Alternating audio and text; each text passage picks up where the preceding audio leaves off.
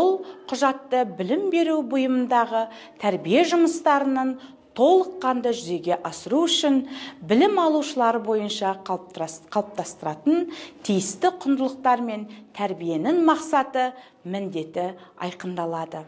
Біртұтас тәрбие бағдарламасы жалпы азаматтық және ұлттық құндылықтарды бойына сіңірген еңбекқор, адал, саналы азаматтарды тәрбиелеу Қабден Шыңғысов атындағы номері 5-ші жалпы білім беретін мектебінде жұмыс жүргізілуде.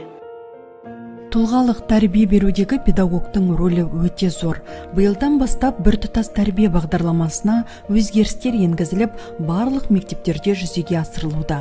Қазіргі қоғамда оқушылардың арасында көптеген вейп, лудомания сияқты мәселелер туындап жатыр. Сондай жат қылықтардың алдын алу мақсатында бағдарлама ұлттық құндылықтарға бағытталған. Жалпы былтырғы бағдарламада 3 құндылық болса, биыл 6 құндылыққа негізделгенін айта кету керек. Тек қана мектеп емес, ата-ана, білім ошағы үштік болып, болашақ ұрпақты тәрбиелейміз дейді ұстаздар қауымы.